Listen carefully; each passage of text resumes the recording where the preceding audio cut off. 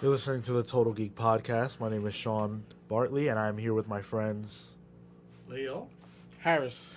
We have to coordinate it now because these guys both spoke up.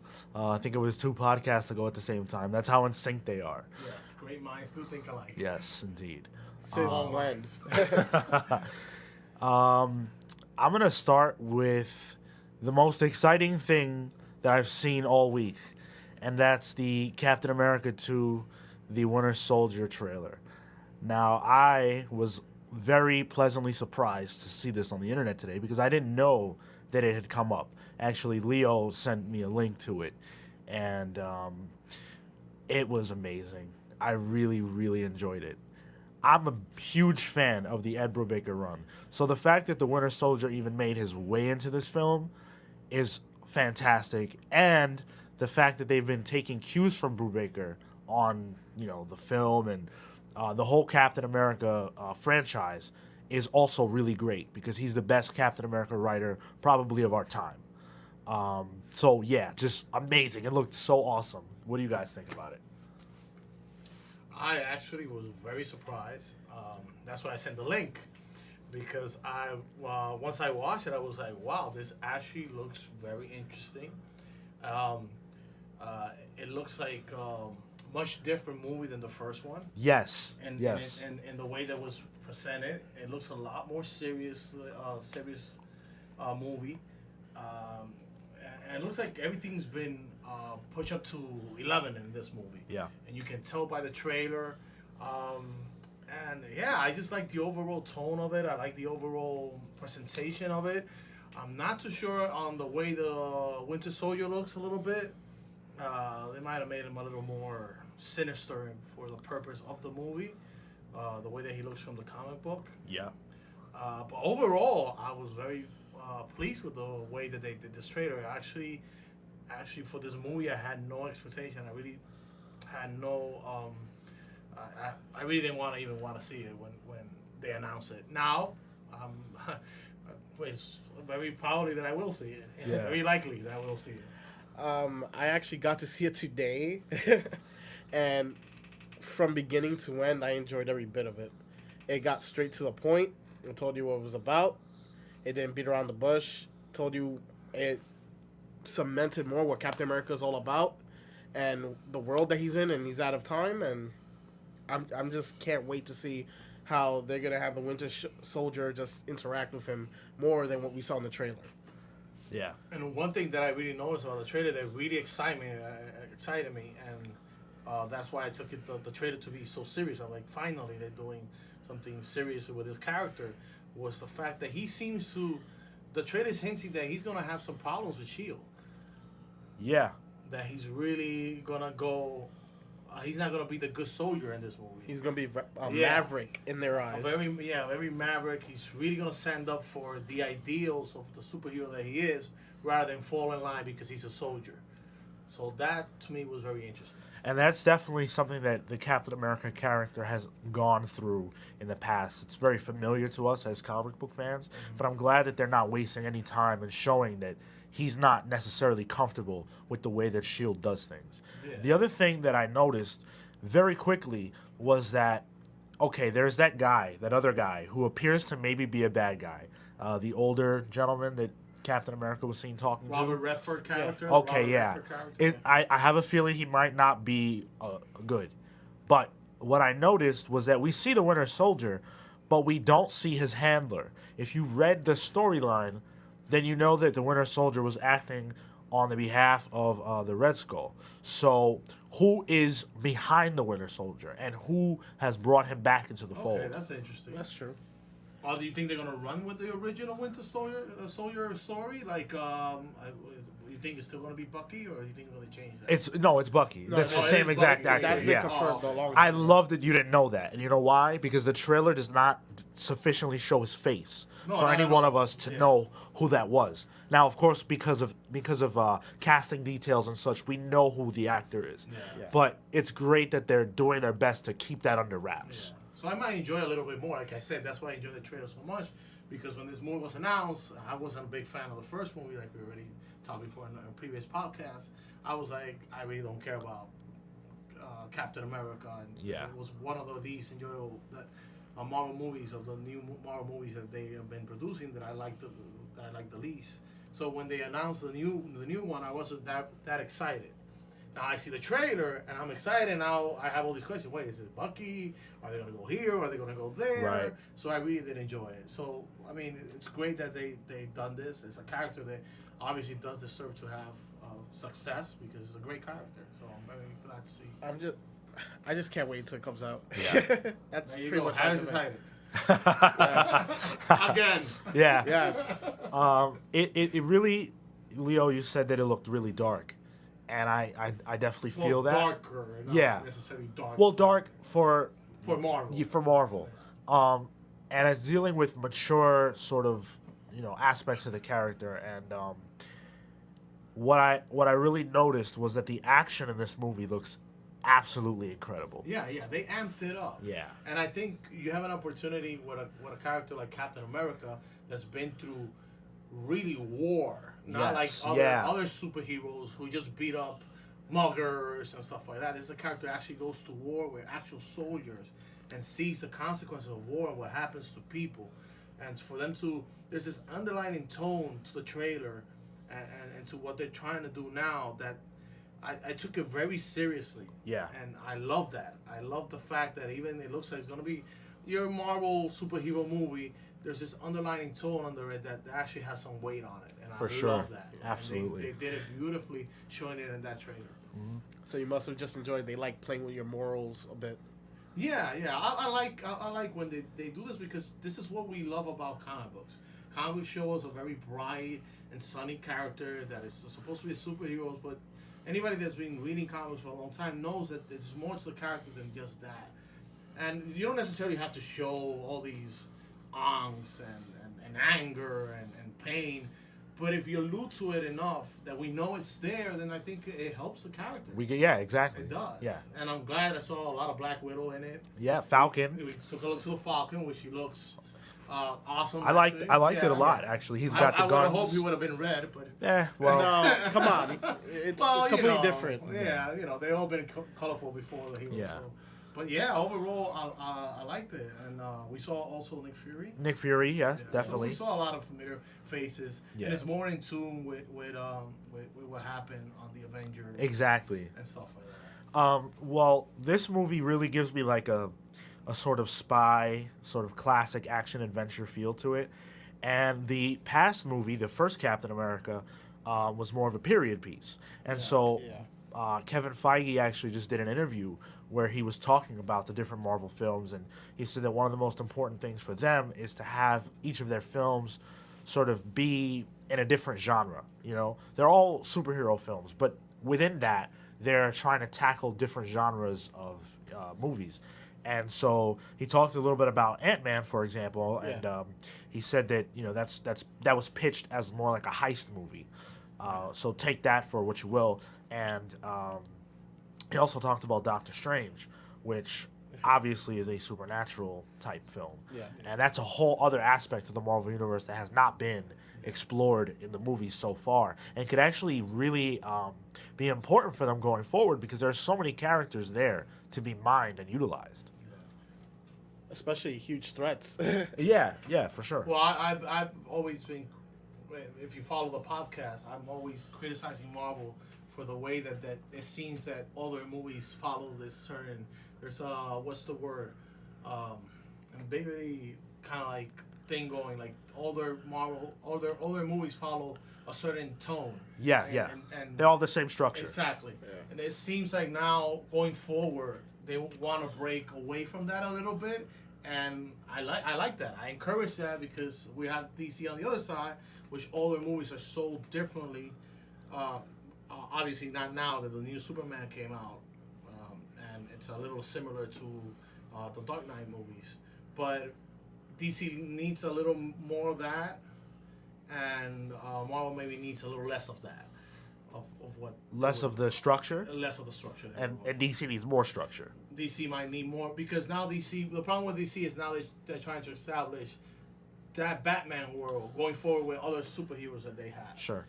Marvel already established that they have that. So now they can. It's easier for them to break away because they already established that. Then So pretty much you're saying that Marvel doesn't need the foundation that DC needs in the movie Exactly, correct. movie universe. Well, Marvel has already established it. Yeah. And the thing about that is that these are movies that are only getting out of their first film. So Cap and Thor, they have to follow a certain structure for the first movie, but now that we're out of that, they can kind of do interesting things with the characters and their storylines going forward. I felt that the most formulaic trilogy that we saw was actually Iron Man, because it essentially followed the same track as the Spider-Man trilogy. Yeah. If you remember, in part 2 he goes through this whole crisis of faith and he wants to not be Iron Man, and it was very sort of formulaic. I'm glad that Marvel seems to have learned from that and is doing interesting things with their movies going forward. No, I just had a joke in my head. I'm like, yeah, you can say it. Yeah, the first one was nice origin. Second one, that redemption thing, and then the third one just really bad. Yeah, well, my worry about it is that Marvel might try to be too event minded on their movies, and they won't let their single story heroes venture out. So when you say that, are you talking about events such as the way we know them in comics? Or? Yeah, kind of that. Like there might be, we haven't seen, obviously Avengers 2 is coming out. Yeah. So we don't know how much these movies like Thor, the new Thor movies coming out, the new Captain America movies coming out. We don't know how much they have to be tied to the next Avenger movie that's coming out, and whether they will suffer for that or will they be liberated by that. So until we don't see that, it seems like Marvel, they're trying to have their event also, tied to that. Hopefully that's not. Hopefully I'm wrong. Well, I have an answer for you. Yeah. What they've said, Kevin Feige, I don't remember what interview it was, but he said that these movies don't have to be building to the next Avengers because it already built itself. And so we're going to now explore these characters on their own. Iron Man 3, we saw the ramifications of what the Avengers had on his life, but we didn't see any of the characters. It was all about him. Yeah. And, while Cap will have Black Widow in it and Nick Fury, it's going to be a very personal story for him, for it sure. might be his Iron Man 3. Sure, if you will. Yeah. And Thor. I hope not. Yeah. Well, I mean, in terms of dealing with what happened with the Avengers movie. So what I'm trying to say is that I understand that concern, and it was a concern of mine as well, but they're not doing that. Okay. Yeah. Hopefully they'll stick to their guns. Me, personally, I'm glad of that. I remember a while ago they even said about Thor, it's not really going to lead into anything that happens in Thor right now will not lead into Avengers 2. Right. Yeah. It's its own thing. Yeah, it wasn't Middleton was the one who said it. Yeah, he's the one who said it. Whoever said it, ultimately, it is its own but thing. We have a lot of bleeding between the Avengers and the Tesseract and all these stuff. So I just hope that they let their movies grow on their own, and I think instead of tying them down. I think that they will. Speaking of Iron Man 3, Ben Kingsley, who played, I'm doing air quotations, the Mandarin in Iron Man 3, recently did an interview for Ender's Game, and he let it slip that he is being a part of a top secret Marvel project, whatever that means. And he said that it was good to reunite with the crew from Iron Man 3, and it feels like family, whatever. I'm wondering now, what does that mean? Because Marvel has begun doing these short little mini films. They did one for not for Agents of S.H.I.E.L.D., but with a S.H.I.E.L.D. member. I forget what it was called. So is this going to be that kind of thing?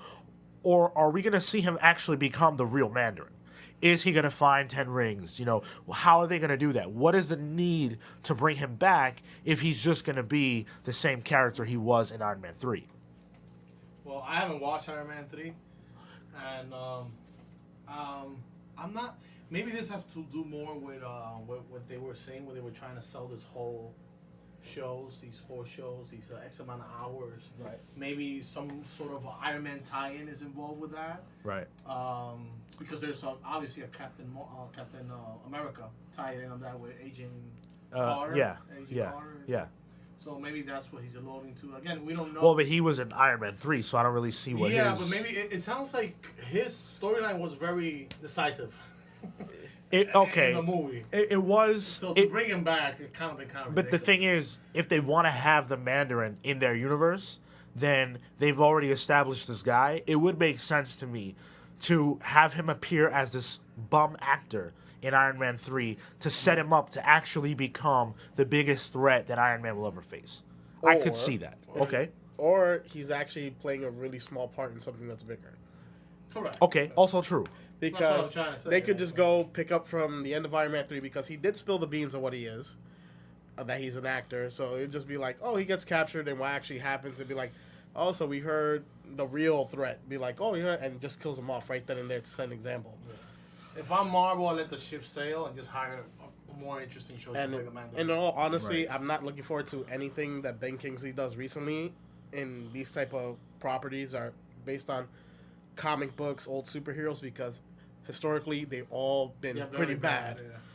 His stuff, Anything that he's done with superheroes and fantasy genre has been really bad. his role... No. Whoa. In Iron Man 3, he was amazing. It's not his fault. It's the role. But he played it incredibly. I know, but anytime he's in one of those movies are not good. I'm not talking about him acting. I'm talking about those movies are just The bad. curse of Ben. Well, okay. Well, at any rate, I just thought that was an interesting bit of information, and I'm very interested to see where that goes.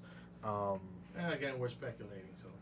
Yeah, but I Yeah. mean, yeah, but we know for sure that he's in on something, so Yeah, it's going to yeah, be yeah, interesting to see What it is. what it is. obviously, Yeah. Over at DC. Oh, we haven't talked about those guys in a while. Yeah. Is this the Total Geek podcast? There's a rumor that's been going around the internet that Wonder Woman will appear in Man of Steel, Part 2. Which we actually, I speculated about like a month ago as a possibility, and I think it got so pervasive in the minds of fans that someone from WB actually came out and talked about it. Now, he gave one of those non-answers that are typical of executives. Suits. Yes. But it raises the question as to whether or not that's a good way to introduce Wonder Woman into those films. Now, I'm not done yet. There was also some other Wonder Woman news where I forget who exactly it was, but he's a part of DC's animated, project division. He said that they're very interested in making Wonder Woman animated films, but they would make her the star of a Justice League movie because alone she doesn't draw enough fans to purchase her DVDs. Critically speaking, the Wonder Woman animated film was incredible, but no one bought it. So Shame on you if you didn't. agreed. So how are we ever going to see a Wonder Woman solo film? How is it possible that the third part of the Trinity is this low on the totem pole? Well, it's actually DC's fault. Wonder Woman is by far, and anybody can tell me I'm wrong. I'm not going to argue with you. It is here it goes, Harris. By far, and I've lived in third world countries, it's by far the most recognizable superheroine of comic books Of all time. of all times. So the fact that you have such a character and you cannot bring it to the screen or any form of media outside of comic book, then it's on you. You have screwed it up because there's no way that you have a character like that. Since she ever had that TV show, which was also huge. I mean, this girl was on lunchboxes, recognizable anywhere in the world. Yet you cannot put a decent movie or a decent show out for this character, and that's shameful because it's a wonderful character to have. In mine, I think it's DC dropping the ball a long time ago. I guess they didn't have enough faith in having a lot of marketing with her because they focused too much on Batman and Superman only. They completely neglected her, left her so much on the wayside that it went out of the public's mind. And even with the animated movie, which was great, and then so it's just like, hey, we're just going to put it out for the sake of it without saying, hey, come watch this, and put all these ads for it. Unlike the other ones, they only put the smallest amount of effort possible, and that's their fault. If they market it like if it was a Superman property, like it was a Batman property, like it was a Justice League property, people will get excited for it. I completely disagree with you. There's no evidence that proves that people would get excited. People do not get excited about Wonder Woman. They just don't. They Yeah. don't. If there was a legitimate clamoring for Wonder Woman, there would be Wonder Woman, but there isn't. No, but what I'm trying to say, when the character was at the height of his popularity, DC kind of sat on the laurels and let the character die off. Yeah. So they pretty much, you can't excite people about a character that you keep only on comic books. And I think Wonder Woman doesn't even sell that well. Even though it's a great, It's an amazing book. We've Yeah. been promoting the book here every time we talk about books that we really like. We mention Wonder Woman, but How many of us are buying it? If I would, if I stopped could. I don't buy it. If I it know could, it's I bought amazing. it. I stopped buying it maybe 6 issues ago, something like that. If I could, I still would. Again, I stopped buying maybe because I was taking other books in, but still, it's a very good book. I'm trying to get the books that I'm missing again. I just think DC should. They have the opportunity. Again, the hardest thing is to recognize a character, and the character is already there. Even if you drum enough interest and you do promotion machine like you're saying, if you put a good product out, start small but promote it big. Also, And then I think you'll start the ball rolling for a Wonder Woman character. I would love to see Wonder Woman. I think there's already like 4 fan-made films on YouTube about the character, so people are interested to see the character. Some are very good, some are very bad, but they're fan-made. So it just tells you the passion of the few fans that she does have by doing that. also, have her have a bigger role in certain storylines instead of she also falls on the wayside on those. Because how many times do you actually see her do something important that in a storyline? She's usually just there and then goes away. Yeah, but a lot of those stories are based on the comic book, so maybe. I mean, if you're talking about in the comic book world, that happens to many characters. Yeah, exactly. In Yeah, Final happens to Green Crisis, Lantern and- in Final Crisis, Batman was irrelevant. He Yeah. wasn't even there until like the issue before last, and he died. Shot JFK. Yeah, Dark Side. I mean, you guys are saying that Wonder Woman is the most popular female superhero of all time, and you're No, correct. not more popular. Probably more recognized. Female. Yeah. Most She is. recognized She- female. Yeah. Recognized, yeah. I mean, she's Which the most actually popular. saved its popularity. Yeah, come on. He is So, but you gotta realize that that's by default. There is no other superhero female character that even reaches Wonder Woman's popularity because none of them are promoted. None at all. That's true. And I don't know if the problem is comic book companies not caring about female characters or fans not caring about female characters. But I will say this. There have been stories that have been amazing for female characters. Batwoman has had amazing stories the past few years, even before New 52. Wonder Woman has had amazing stories, even before New 52, with Gail Simone was writing Wonder Woman. Yes. Captain Marvel is doing amazing over at Marvel Comics. She's on an amazing role. Brian Wood is writing an all-female X-Men title over at Marvel. And you can't point to one of those books and say, wow, that book is selling like hotcakes. Well, again, out of 10 people that buy comic books, 8 are guys. Okay, You know- so then if that's so then are you saying that it's because guys don't care about female characters? Well, do we? I do. I actually We do would have say, creators, but- I would say yes. This is why I was alluding to marketing and advertising. Yeah. Because even in the books, when you see advertising another issue, a lot of times you do not see a female character being advertised. Yeah. That's That's not true. the majority of your books, if you look through them, every once in a while. X-Men by Brian Wood was advertised like crazy. Well, that's now, maybe. That's now, but Yeah, but that he's talking about right now. I'm saying female characters in general. But look at it this way. But how many female characters have their own books, Harris? Yeah, it's only like 2 or 3. That's what I'm saying. I'm saying that the ones that have their own books, they're amazing titles, but nobody buys them. What's the reason? People buy Batman the Dark Knight. It's a horrible book. It's been horrible since it first came out. It's gotten a little bit better more recently, but it's bad. And it was in the top 10. But nobody buys Batwoman. But I think Why? the average fan doesn't, because they've been accustomed not to care for the female characters on comic book. Another example, when the Batman, the corny, campy Batman that was 66, yeah. Yeah. Well, no, the show actually. Yes, when I was growing up. Okay. You even had Batgirl Barbie dolls back in those days, Yeah. and that was a big character.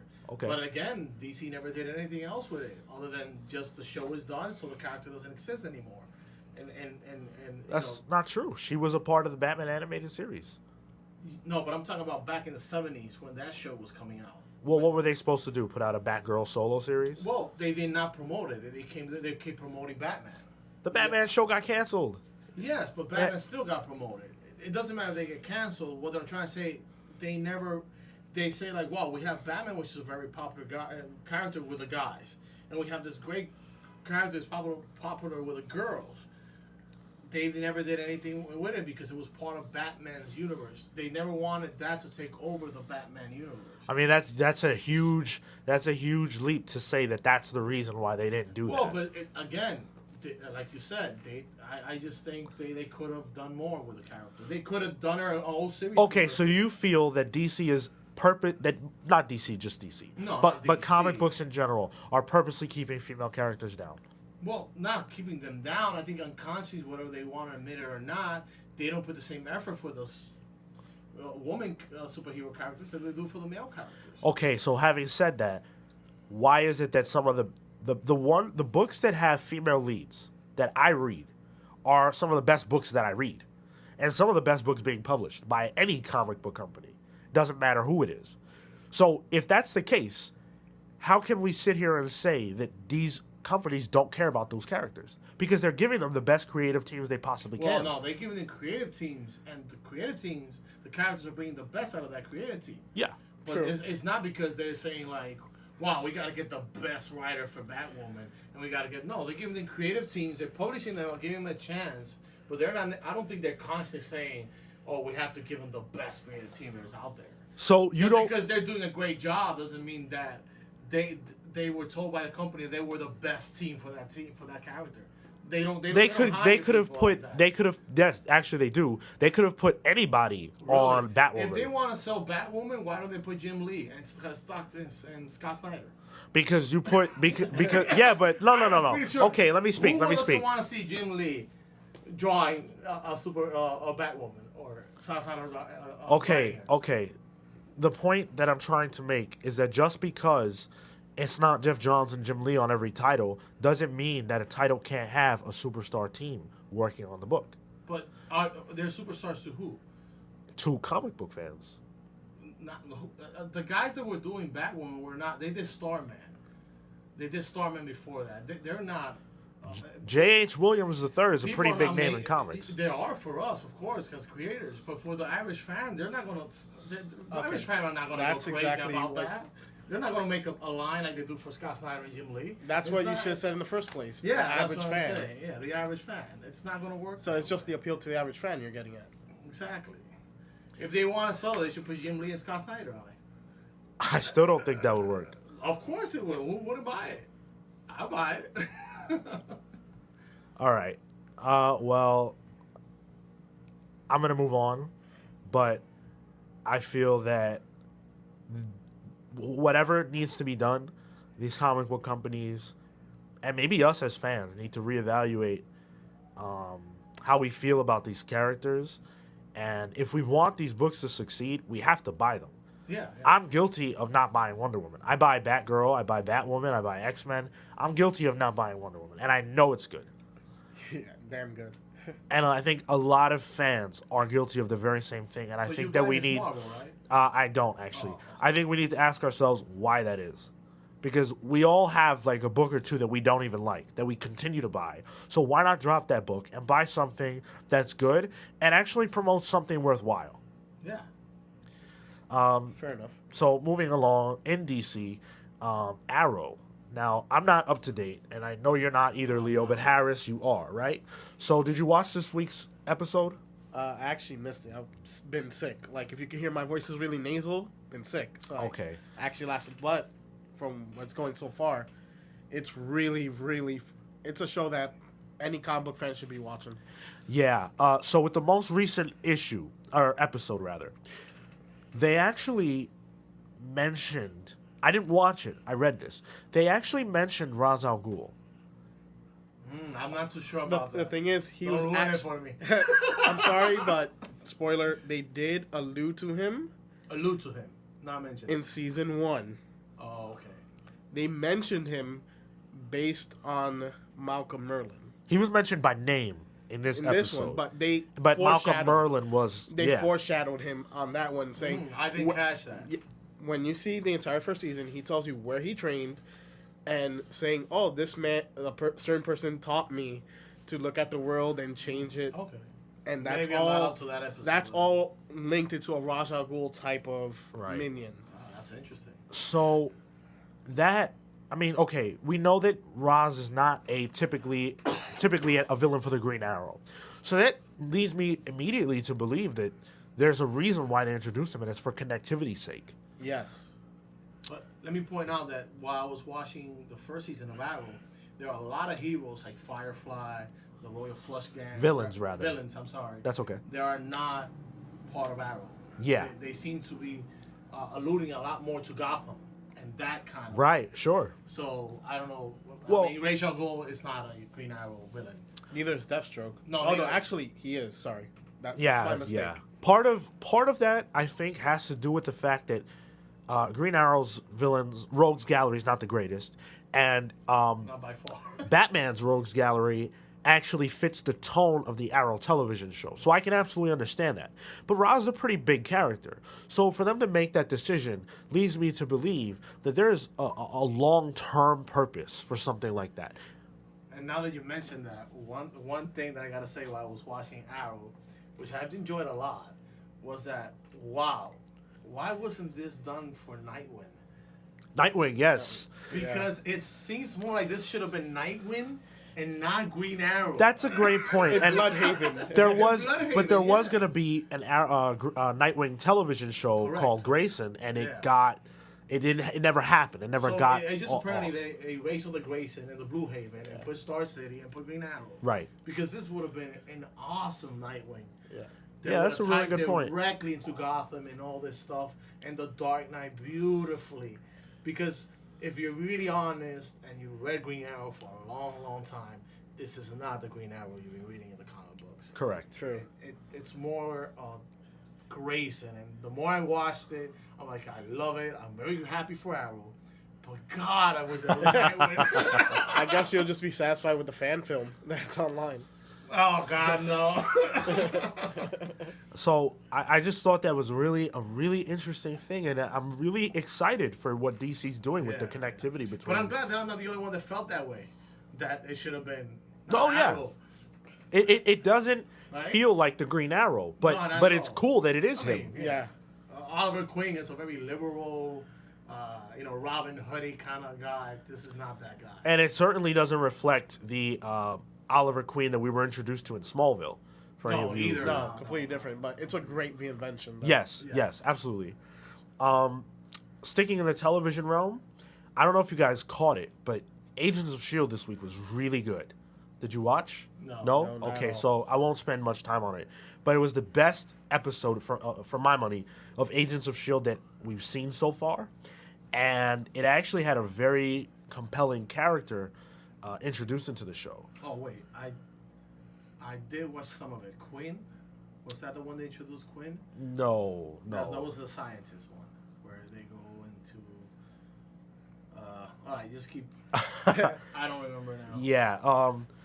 Well, I'm not gonna spoil it as you guys haven't watched it, but just it was a very, very good episode, and I think this show is really building steam. I think the first episodes were lackluster, but now they've kind of hit their stride, and it's doing really good stuff. So I'm excited for it going forward. I started watching the episodes, and I agree with everything you guys said before. Yeah. About the show, it's exactly what we expected it to be. Sure. Its tone and the way it's presented, and the way the story it's being told by the writers and the filmmakers Yeah. doing it. Very enjoyable show, but very shallow show in a way that doesn't have. So far, the 3 episodes that I watched doesn't leave you lingering. Yeah. With a lot of questions or emotions, like maybe Arrow does. Sure. Or all the other shows like that. I agree on that. Yeah. I'm just waiting to see Yeah, when it we'll- gets deeper into. It'll take time, but I'll go along the ride and invest time. in it. Definitely watch this episode. If that's what you're looking for, definitely watch this episode. Yeah, I have it. I'm gonna watch it tonight. I'm just waiting until it's perfectly streamed online. Yeah. So comic books, guys. This is what we do, right? This is I a think comic so. book Yeah. podcast. I think that's what I read. Yeah. Pretty good week, actually, for comic books. I think I enjoyed everything that I read. And you read a lot. I do. My stack wasn't huge this week, but everything that oh my God. Everything that I picked up from top to bottom was fantastic. I don't know if anybody out there in the world is reading The Massive, but that's Not been at all. a fantastic book. No. Absolutely That book has incredible. catched me. I saw you with it. I think I read a preview of it in some sort of website. Yeah. But I had no idea this series even existed. Mm-hmm. I know nothing about it. It's very good. By the way. Honestly, I've only read it to issue 6, but I feel I might as well wait for a trade and reel it all in one shot. As single issues, it doesn't do anything for me. To read it in large volume, I think it's perfect. Yeah.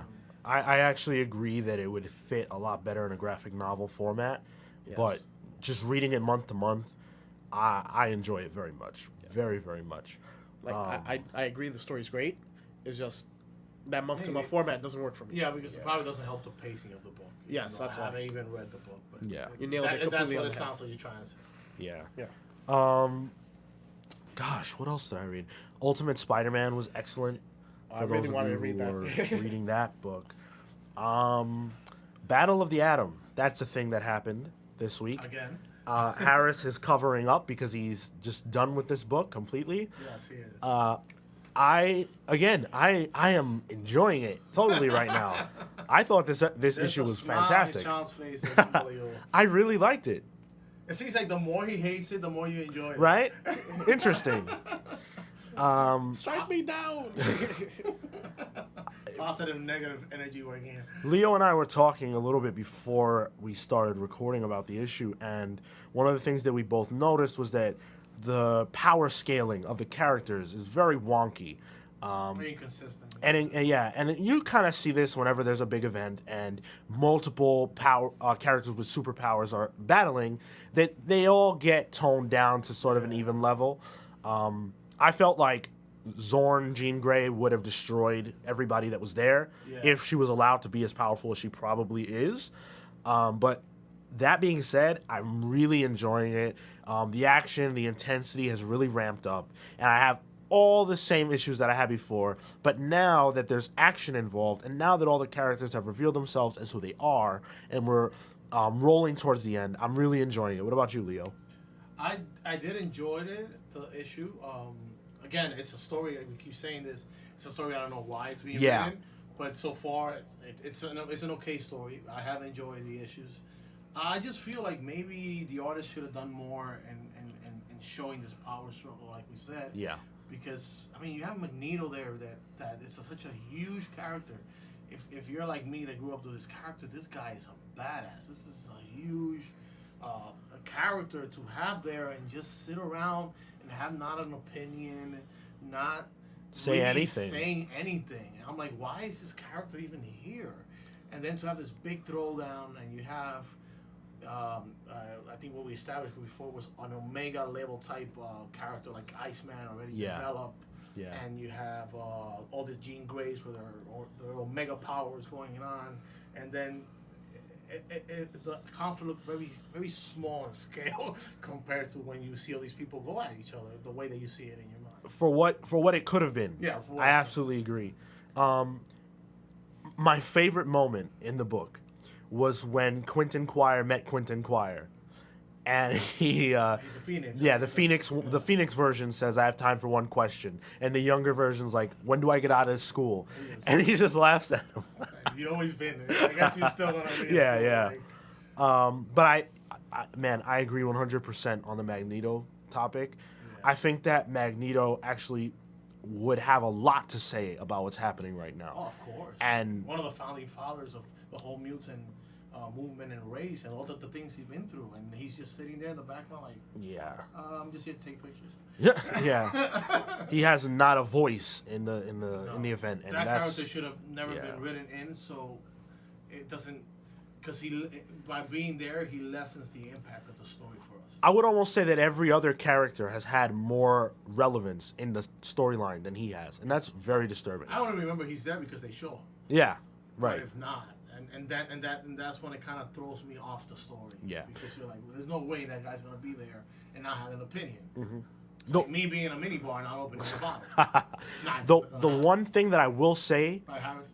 is that this issue was written by Jason Aaron, and Jason Aaron writes Wolverine and the X-Men, which doesn't have Magneto and Cyclops in it.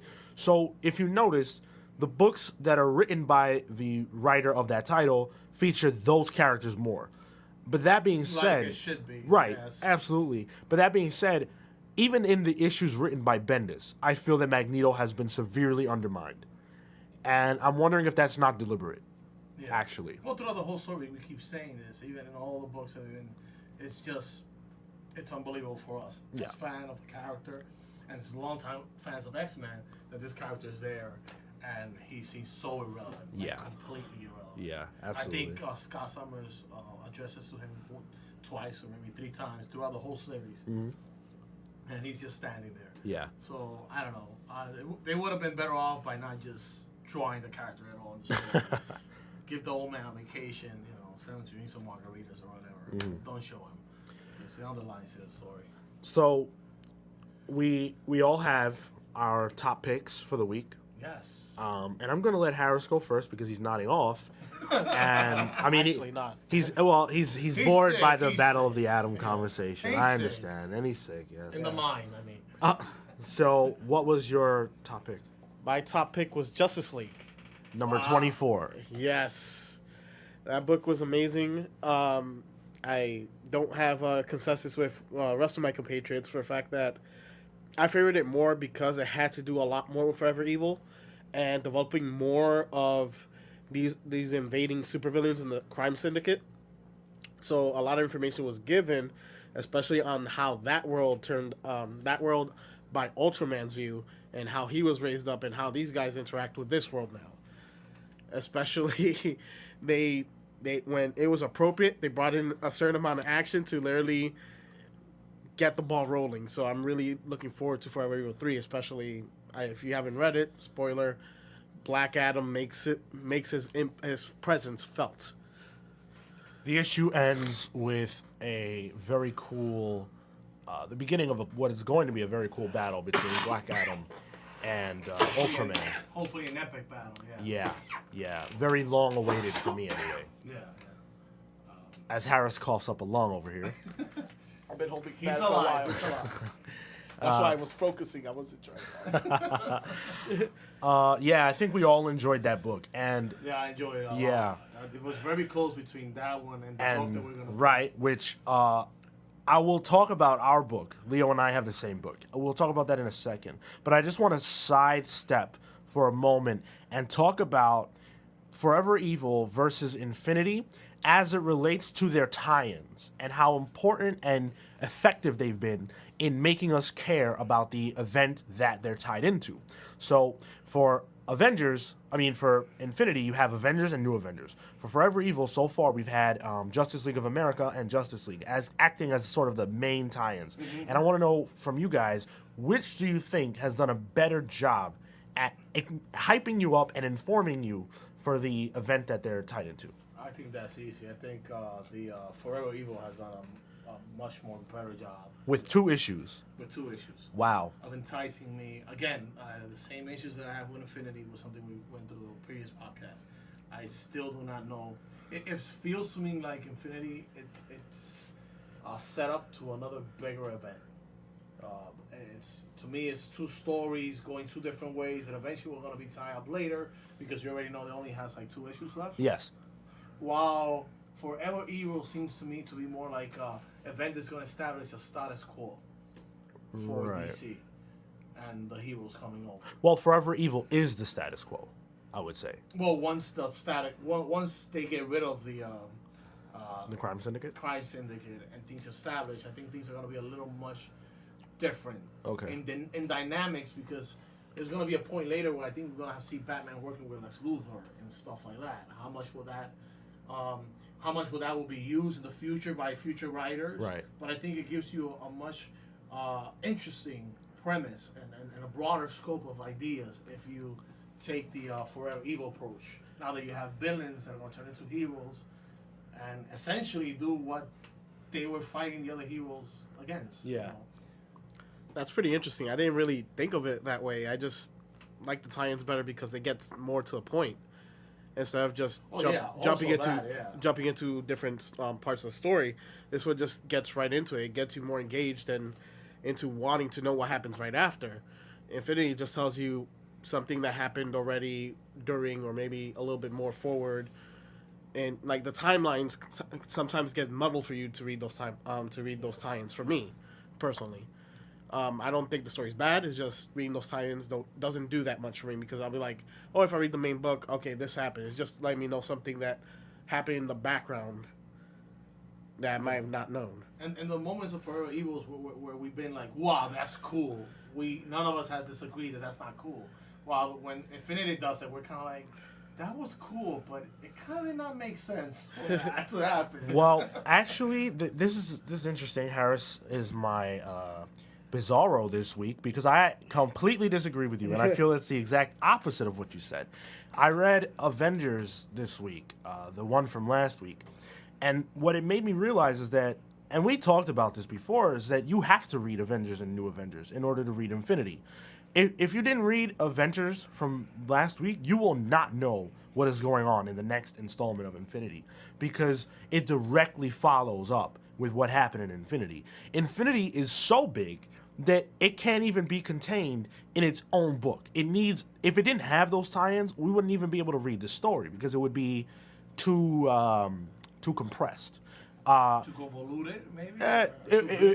It wouldn't have the room to breathe, to tell us everything that's happening. With Forever Evil, these tie-ins are actually, they're relevant, but you don't need to read them. Like, with this issue of Justice League, it's a really great issue, and it informs you on Ultraman. But if you don't read it, you still know that he's bad. And you'll probably know somehow that he fought Black Adam, because he'll do it in Forever Evil. Yeah. Yes. And you'll know all the stuff you need to know.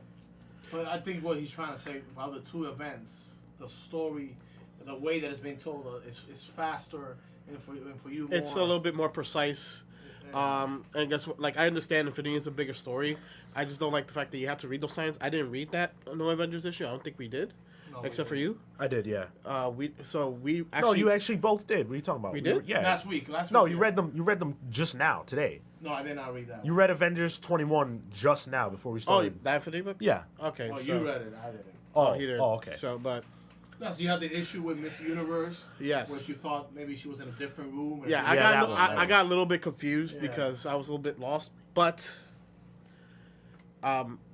the thing that you liked having the story that big is kind of the opposite. I am your Bizarro. I'm your Dark Mirror. That I didn't like that at all. I like the fact that if I didn't read the tie-in, guess what? I could keep on reading the story and not really miss much of anything. That being said, and I like all your points, I actually agree with you both that Forever Evil's tie-ins have been more effective. And the reason why is because Forever Evil feels more to me like a status quo unto itself, whereas Infinity feels like something that's happening. Forever Evil, it's like, okay, you're seeing what's going on while this crazy thing just happened. You know, the world has been taken over. That's it. And you're seeing characters live in that. In Infinity, it's, okay, this bad stuff happened, now we gotta stop it, and that's it. You know what I mean? There's no machinations going on behind the scenes. There's not too much intrigue under the surface outside of what's directly happening. Correct. I agree with that, yeah. And DC, remember, it's not only those two issues. If you ever read the Aquaman tie-in for Forever Evil, which was also an amazing book by itself. Yeah. So overall, I think Forever Evil, the books that had to directly affect the storyline, have been awesome. And what was it, the Black Manta. The Black Manta And issue? Ocean Master. Right, yeah. And Ocean Master were great books outside of that, which you can enjoy and redefines these characters going forward. And I think that's what I like. I like the promise that this story is going to give me later on if they actually follow through. with this new dynamic that, well, this guy is dead, so now I don't have to hate him. Yeah. This is who I want to hate now. Right. And how that's going to work later. That just has me. I'm giddy. I just want to see how that's going to work. If they do it right. If they don't follow it up, then shame on DC. It's a missed opportunity on the writers. But if they do follow it up, and I think where this event is going, then it's going to be great. Yeah, and with the most recent DC events that I can remember, Flashpoint notwithstanding, so for I'm referring to Final Crisis. I'm referring to, gosh, what was the Brad Meltzer Crisis? Identity Crisis. Identity Crisis. Oh, that book was great. I'm referring to those. Those are books that really are events in name only. You know, they something happens and it changes these characters profoundly, and it's the characters reacting to their world. In Marvel, it's typically something happens and these characters just have to stop it. Correct. And that's it. So, interestingly enough, as a more of a Marvel fan, I think I might prefer DC's events to Marvel's, because Marvel typically this event events in general. Oh, okay. Civil War and actually just Civil War. Civil War to me stands out as the best event ever for me. But all the other Marvel events are just exactly what I described, and I don't like that. Yeah. I really do prefer the way DC does things, which is why I liked Civil War so much. So you kind of wish that Marvel, after a certain or during a certain event, that the characters actually kind of evolve because of the event? Yes. As opposed to you have to wait so many issues down the line in their own titles, if they have a title, for them to evolve. So maybe like it actually the event not just ramifications, it just is that we have to deal with it. No, that there's actually shockwaves that change how they conduct things, change the way that they act, or how they approach certain situations. Well, they don't even change during the book, and that's strange to me. Nothing happens to them. If they don't die, then nothing happens. And they don't die because they bring them back. They're on another series. Yeah, like Fear Itself. Fear Itself had a profound effect on Iron Man only. And Thor died. He came back in like the same issue or something like that. I think it was in one of the .1 issues that he came back. Bucky died. He came back in one of the .1 issues. It was very irrelevant and very stupid. All the events that I can recall that in the last decade or so from Marvel have been like that, with the exception of Civil War, which is why I hold that in such high regard. Civil War was, And let it be said that we actually read more into the comic books than your average person that reads it. I don't want to say we're smarter than most people. No, you don't. Even though we are, but what I'm trying to say is that maybe because as fan of fiction and people that are actually trying to create fiction, we tend to read maybe a little more into. We want more than what sometimes we're offering. Than just a popcorn flick. Exactly. Yeah. Maybe we're being a little too harsh, or maybe too good on some titles. But that's why. Because no, it just occurred to me that we're talking about this and how certain characters have changed, and there's just an honorable mention to me, but Uncanny Avengers. Uncanny Avengers, yeah. Now thinking, like, it's now when you guys are talking about we're making these points, it's sunk in how I enjoy that story. Well, that's been an incredible title, and I did want to talk about it, but we're kind of running out of time. Yeah, that's true. But that's Rick Remender's skill. He's an incredible writer, and we are seeing these characters change, but you have to remember that's not an event that is actually, the storyline of that title itself. I kind of wish it would. Be an event? Wish that to be an event. Yes. Well, I think what you mean to say is that you wish Rick Remender would write an event. Yes. Yeah. And actually, I agree with you. So, on to the top pick that Leo and I share, Aquaman 24. I loved it. Before that was gonna be GLA. Yeah. 24, and it was very, very close. They batted it out like hell in my mind. But the final twist of the story in Aquaman, which I'll let you, because you're much more proficient than me on that. I'll let you describe what happens on it. But the final twist at the end, I think it was wonderful, because now it shares or brings a total different light to a character that we've known for years. Makes it much more interesting, and it was such a badass Game of Thrones. Yes, yes, and At the end, being Yeah. a fan of that. Yeah. I was Cue the like, music. Yeah, where's my iPod? ever since this storyline started with the Dead King, it's been a lot like Game of Thrones, and I read that online, and it always stuck with me. Jeff Johns needs to stay on this book for the rest of his career. I feel like he could talk about Aquaman forever. And I would just love to have a conversation with him to know what he actually thinks about Aquaman that we're not going to get to see, because he is leaving the book relatively soon. This issue was a crowning achievement, in my opinion, for Jeff Johns and for the Aquaman character.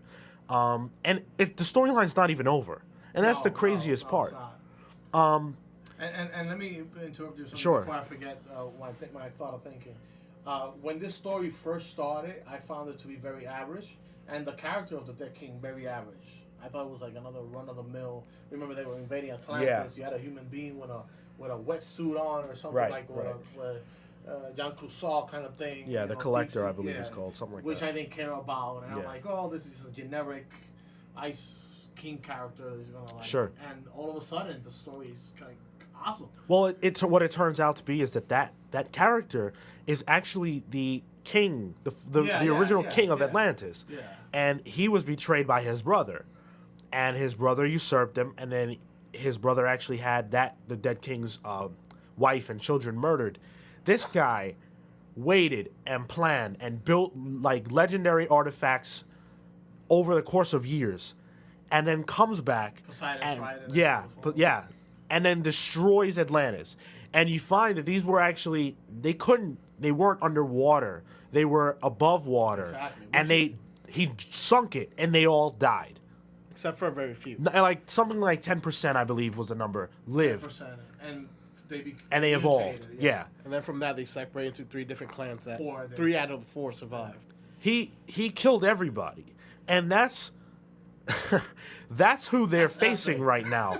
But the twist is that Aquaman is not related to that person directly. No. He's related to the brother who betrayed him. So that's his uncle, actually. That's his uncle, and Aquaman is not the heir to the Atlantean The throne. direct heir to the- Not the direct heir. And I thought that was a brilliant, outstanding twist. I thought it was Absolutely incredible. awesome. For Aquaman is kind of like a very straight and narrow character. He thinks he's king whenever he's Right. written. He's very self-assured. Yeah. I am the king of Atlantis. I'm pretty much the king of the world. And now all of a sudden, That shakes his confidence. That's been removed. Yeah. Yeah. I wouldn't say self-assured because he mentions in the book and since this run started, he did not want to be king. Yeah, well, but I meant later on when he actually takes over the mantle of King of Atlantis. We've seen him portrayed before, like in Historically, Flashpoint, Yeah. When he really fully He's the becomes king. and he acknowledges what he is. Yeah. You see him so confident Yeah. and so powerful because clearly the character, even though he's not written that way, he's a very powerful character. Yeah. And he is the king pretty much of 80% of the world. Yeah. Wherever there's water, he's a king. If Right. you're in your bathtub and you have water, he's your king. Do not deny it.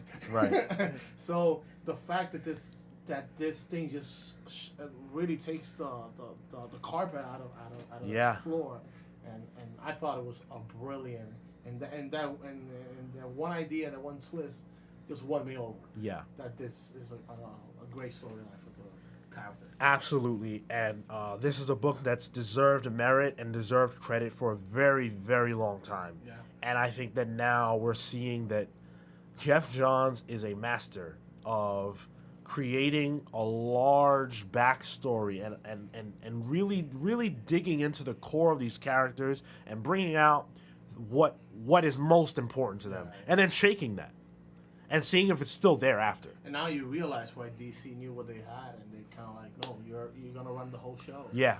It doesn't matter where you come into. He did it with Green Lantern. Right.